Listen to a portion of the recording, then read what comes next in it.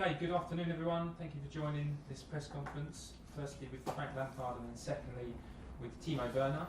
There is translation service available at the bottom of your screen. If you wish to use that, please select it and change the language and that will come through automatically. If you'd like to ask a question, please use the wave hand function which is available on Zoom. We'll try to get round to as many of you as we can. Please keep it to one question per journalist so we can try and get everyone a go. We're going to begin with BBC 5 Live and John Southall. John, hopefully you can hear us. Please unmute yourself and away you go. Hello, Frank. Hi John, hi, good. Just a quick one first. Christian Pulisic, what's the latest on his fitness? Yeah, Christian had a scan yesterday, which showed a very, very minor injury to his hamstring, very minor. So he's already back outside, won't be fit for tomorrow, but we'll see after that. Edward Mendy up against his former club. How much credit does he need to take for your defensive improvement? Well, it always must be a collective of the team, the squad, and the work that we do. But of course, when you come in and perform individually as he has, he's made a very, very good start to his career here with us. Shown his qualities that we brought him here to the club for. Has brought confidence to those around him, so she should take credit alongside others. Moose at Talk Sport, please. Hi Frank, how are you doing? Hey Moose, good. I just wanted to ask you where you think you're placed at the moment in the group after a couple of games. Obviously delighted being unbeaten, and obviously the fact that the last 3 games clean sheets, they've been the most important thing for you almost. Yeah, I think well, in the group we're happy. Seville was a tough match at home, probably a fair result for both teams, and then we go and get a good result in Russia. So there's still a lot of work to do to make sure we don't get complacent at this point, because we know that if Rennes come and get any form of result at our place, it changes the face of the table. So we must stay on top of ourselves. And the recent clean sheets have been great. Yeah, it's obviously something that we were looking at. I always look at that side of our game. We know we wanted to improve it from last season, and then I certainly analysed the specific reasons why we weren't as good as we wanted to be. So we've seen some progression in that, but that has to remain a work in progress. We can't come off that. The focus and concentration of the team has been great. It needs to stay that way. John Cross, Daily Mirror. Hello Frank, good to see you. Hi, Hope you're well.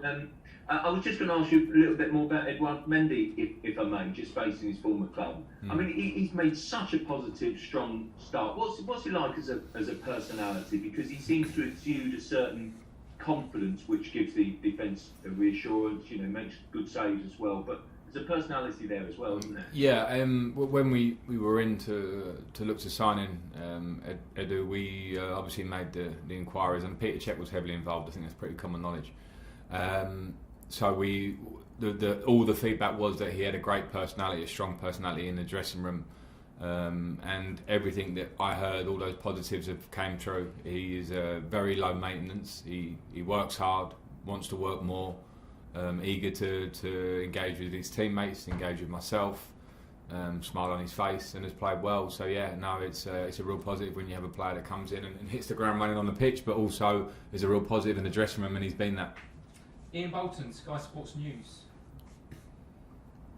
Hi, thanks. Hi. Another one on Edouard, if I may. 5 clean sheets in his 6 matches, just 1 goal conceded. Peter Cech was speaking about him just a few days ago, saying that Mendy is not even at his best. These aren't the best performances that we'll see. Where can he improve as a player?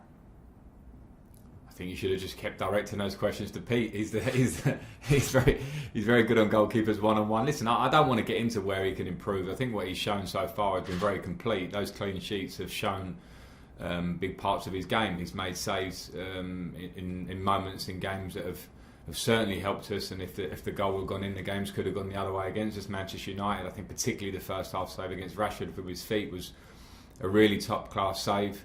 He's given off a sense of calm in his distribution and his coming for crosses and things that you just want from your goalkeepers, and he's done that. So I'm sure he'll improve. I think when Pete says that, he's talking about the fact that it's really early days for him at the club. He's settling in still to a degree, but again, I'm not trying to play this down though. I don't want to get too ahead of ourselves, because it's been a really good start for him. I'm very confident in him. He's shown great qualities so far.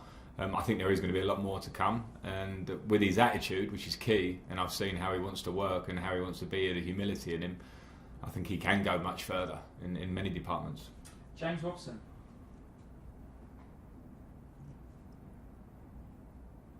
James Robson, unmute yourself, please.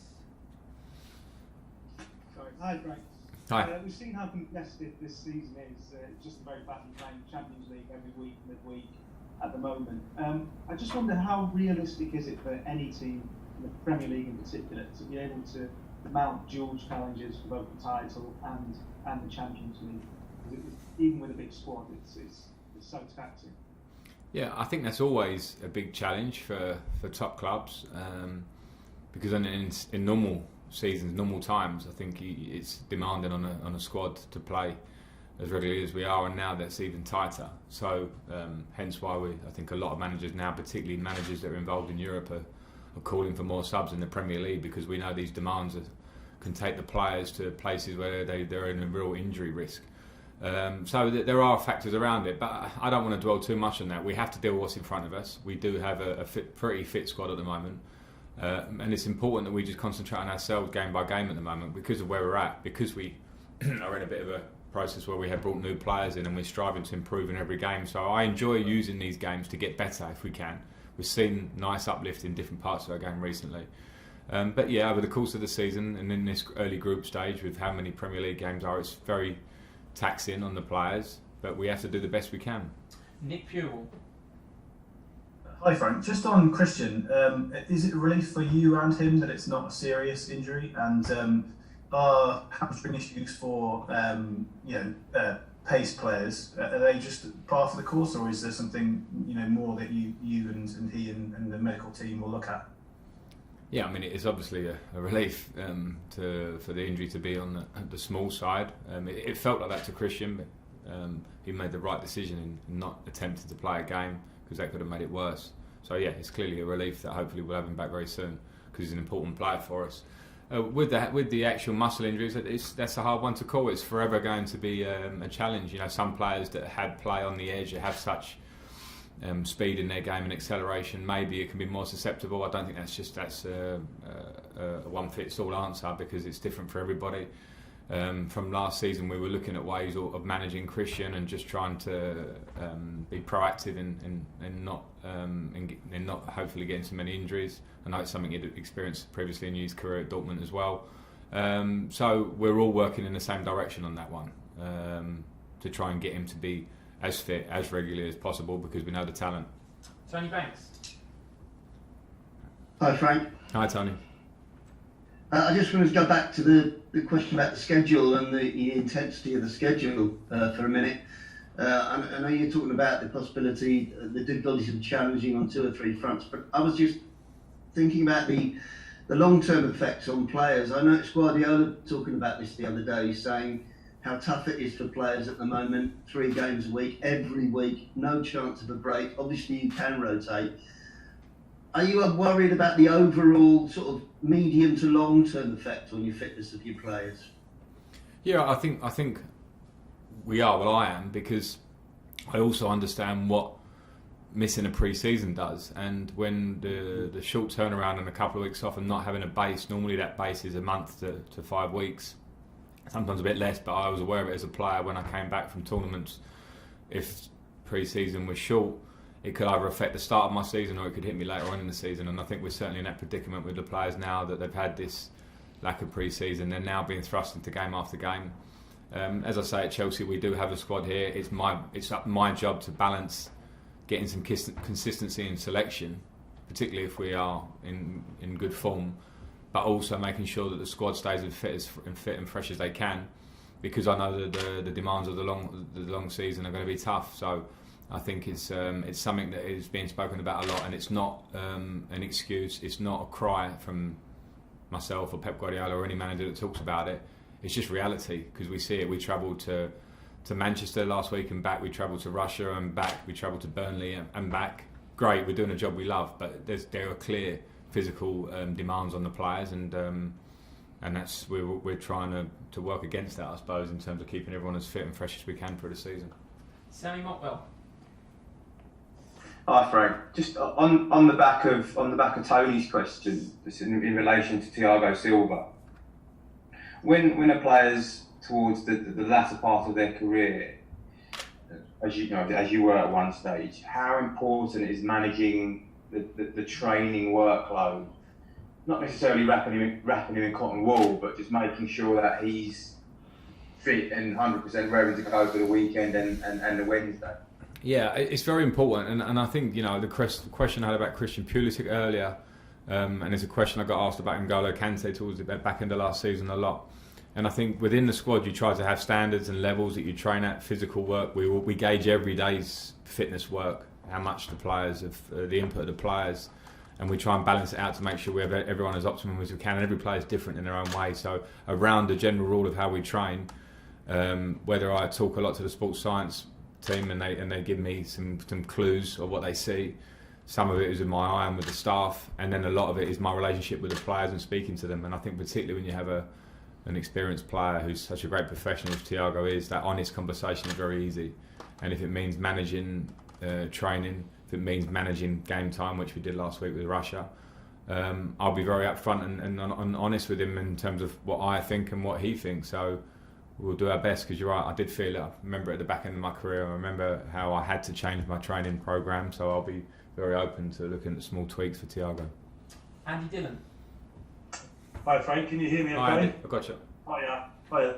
Two half questions from me, if you like, today. And the first one's a light-hearted one, just following on from your answer to Crossy about Edouard being low maintenance. And I just wondered if you could expand on that for us, please, given that you're now a manager and seeing things from the other side, some of the players knocking on your door every day and that sort of thing. So what's nice about having a low maintenance player and maybe some of the things you've seen since you've been a manager?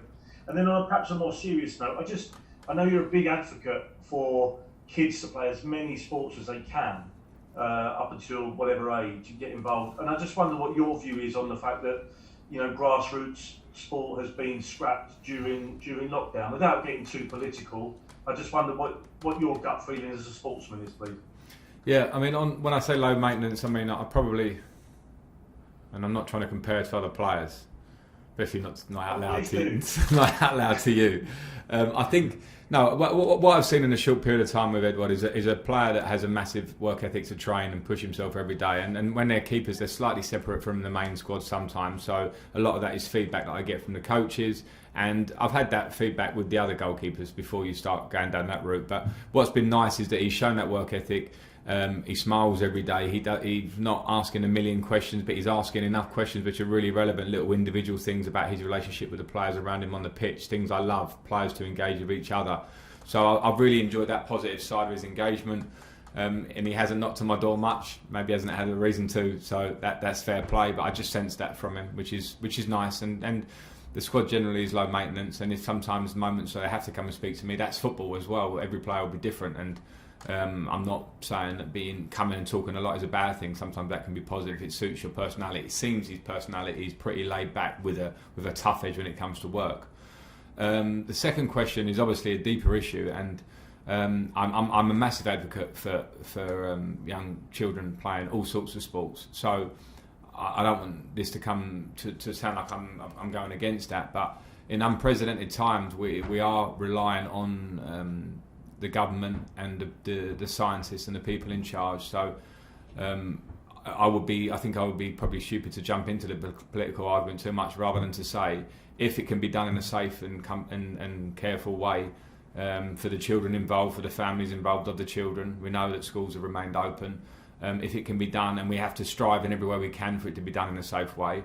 I think for physical health, for mental health, for families that have children that are sitting at home, we must strive to do it as much as we can if it can be done in a safe way. Okay, last two, then we've got to go. David Heitner and then Matt Law to finish. David.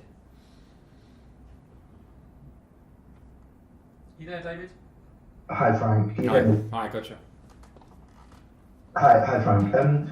We often talk about Burnley away as a kind of a very typical English challenge, almost like a testing ground in a way. I just wondered what Mendy and Thiago Silva made of that challenge. And from your side, keeping a clean sheet in such an impressive win, what you sort of take moving forward in terms of defensive security from that? Well, I think with Edu and Thiago, we always give as much information as we can, and now two players, as I sort of touched on Edu there, that are thirsty for information. Particularly with Thiago, I was speaking a lot in the week about the style of game that Burnley would be. He was very interested to hear it, which shows me a top professional who want to prepare to the smallest detail, and he did. And I just thought they dealt with the game very well, both in their individual ways, and it was a good game from both of them and the team. In terms of the result, it's always a difficult place to get a result, particularly a convincing result, because normally the direct nature of the game at times can mean that there will be threats around your box, and we negated those in a big way. But as I said after the game, it's very important to have perspective. I had perspective when we have maybe had lesser performances and dropped some points this year, and I'll keep perspective when we have a very good performances and win comfortably. There's a lot of work to be done. It was a nice side of our game that we showed, actually, both with the ball and without it. But we are still trying to improve. So it's the bigger thing for me is the confidence to the team to feel the way they play, to feel the security of not being too much under pressure in our own box, and to feel the comfort and passing options we had throughout the game. That was a big thing for me. We need to carry that forward. Last question, Matt Law. Hi, Frank. Hi, Matt. Dillo stole my thunder a little bit, but if I can go back to his question about the kids, because our paper's actually launched a campaign about trying to keep kids active in lockdown. I just wondered, sort of, as a father, elite sportsman, and now head coach, do you worry about the impact all of this is going to have on a generation of kids, and both mentally and physically? I do worry, and that's because it's a tough time. And as you say, I'm a father, and I think on the bigger answer to your question about keeping sports and facilities around in this next month, say in the short term, is a tough one because I don't know all the data behind it. But I also do know that if we, as a parent, you can affect it as much as you possibly can, which means if you can remain active, if you can encourage your child to be active in this tough time in a safe way, of course, and work with them and take them to the park, or if you have outside space that you can use it, then I think it's a great thing to be able to do. I was very fortunate. I had a sporting family that it naturally seemed to happen for me. I know that not everybody has that circumstance around them. But I would, as I say, just to go back to what I said, Matt, and I don't want to feel like I'm being too general about it, but I would really encourage if we can find a way to keep children active, but it does have to be done in a safe way because we're somewhere we've never been before. So I hope that we can find the right solutions, and I think it's a great cause that your paper has taken up to try and make it at least a loud conversation, that we try and do our best to keep children active so we don't see a long-term issue coming back from it later on in these young children's lives. Okay, that's it. Thank you very much. Thank you. Gents. Cheers, all. Right. Thank you.